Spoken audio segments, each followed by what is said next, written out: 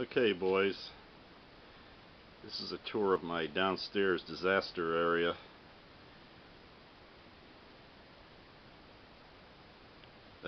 You still can't see through the rubble.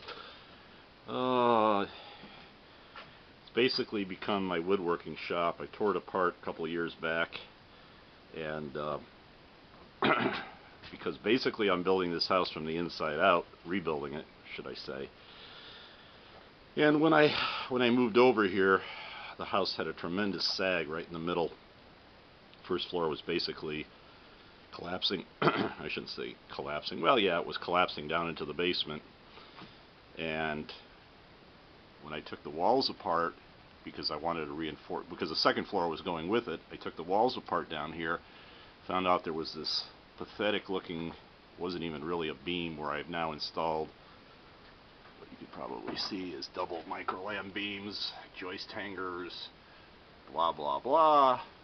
Threw some insulation in between the joists. Of course, it has to be redone, but at the time I was kind of working from above and below. Only had limited access from below because for a while there were people living down here. My brother, actually, my brother David. I booted him out so he could get married. We know where that went, but anyway, I installed the microlam beam after a fashion after I got him out of here, and did all that work and translated the loads. Oh, it's an old Christmas wreath from last year. I saved the rims for my dad and forgot to take that one apart, but so he can make new ones. It gives us something to do around Christmas time because he does no shopping.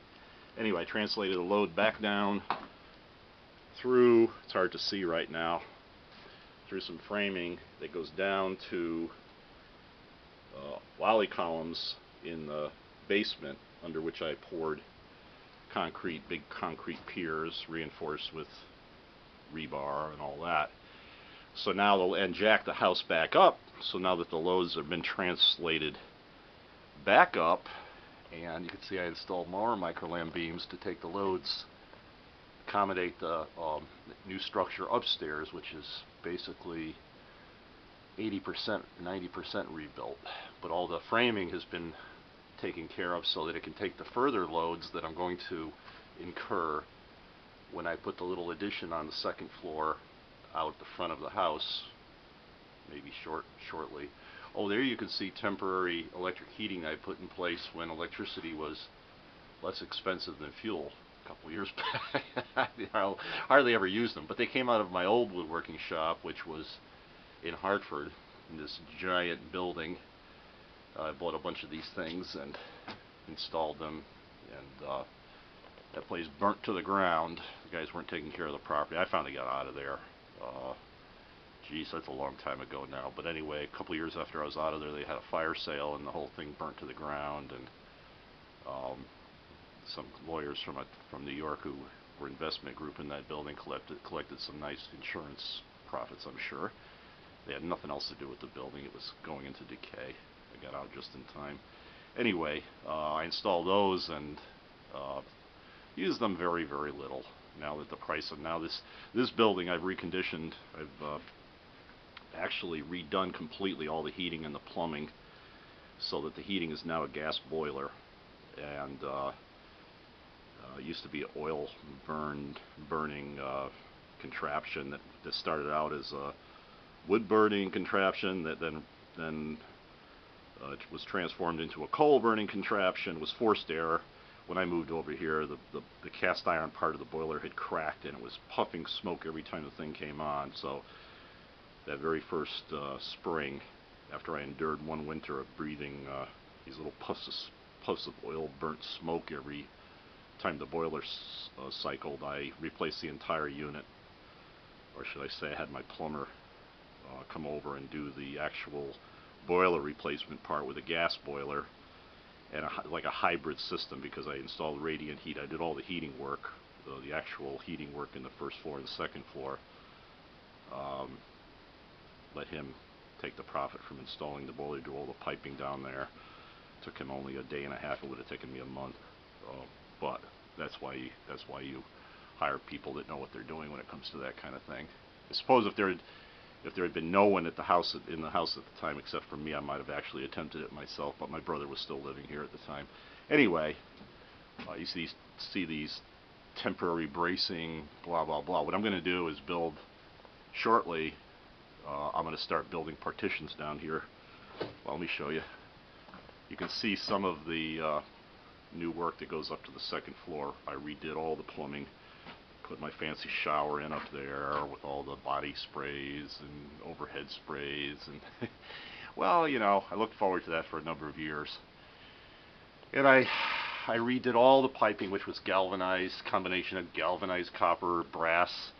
I just gutted it all and started fresh, went right down to the basement and tapped everything. And then of course I used PVC waste material instead of the cast iron. I took out all the cast iron except down to this point. It goes down into the old cast iron stack in the basement, which I'm going to, once I start building partitions here, that pipe that goes back up there to my toilet and all the other contraptions I've got up there, including all the kitchen appliances, the sink and a dishwasher, all that, and the laundry, because I did build the second floor laundry.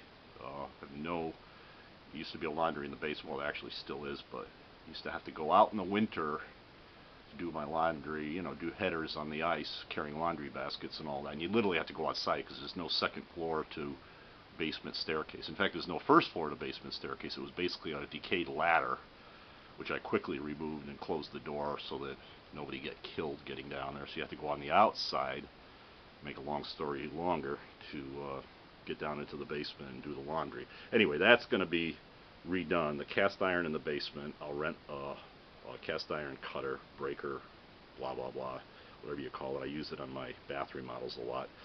And I'll finally redo that down to a point where it exits the wall to the sewer line. I'll turn that all into PVC and redirect whatever is left of the cast iron. Well, actually I'll be doing fittings up here for the toilet, the new shower, the sink and all that. And creatively box in these areas because I want access to them in the future, to the cleanouts that I installed. And there aren't that many here, but they're on the end of the lines. Anyway, I want to accommodate that. I'm probably going to put, this is going to be the bathroom area of the first floor. I'm probably going to install some kind of a removable ceiling. It won't be a suspended ceiling, it'll be a lot fancier than that, but maybe something wood, maybe something coffered with disguised panels that look like regular ceiling, but that I could remove to access the plumbing should I ever need to in the future. At the moment, that's what I'm dealing with. I did a lot of cleanup down here, believe it or not, in the last 3 days, getting rid of a year's debris of material, years worth of debris, excuse me. And now I'm starting on my woodworking projects. I'm doing some work in the bathroom upstairs, some final trim work, and I'm going to start building some cabinets shortly for the kitchen to supplement the ones I've already built, and try to get that out of the way while I have a little time off. Okay, well, this is embarrassing to show you the mess I've got down here, even though it's really just a woodworking shop. I want to turn it back into living space. This will be a living room, bathroom, be like a L-shaped living room with bookcases, and then going back into a, oops, I got it blocked off with an old piece of sheetrock I'm getting ready to throw away. But this will be a bathroom going to the one bedroom. It's going to remain a one bedroom, and then I've got a kitchen behind that hallway, behind that sheetrock, that I'm going to redo as well. So I have my work cut out for me. Oh, there used to be a chimney going down to the basement right through the first floor. It was lovely. It was right in the way in the kitchen. I demolished that a long time ago and took it down into the basement. What's left standing is only about 6-7 feet of brick, which I doubt I'll do anything with, but at least I got it out of the way so I could jack the whole house up. And here you can see the old beams, what's left of them. I've installed some new ones in areas, but anyway, that's about it. Running close to my 9.5-10 minute limit, so I better stop this while I'm ahead.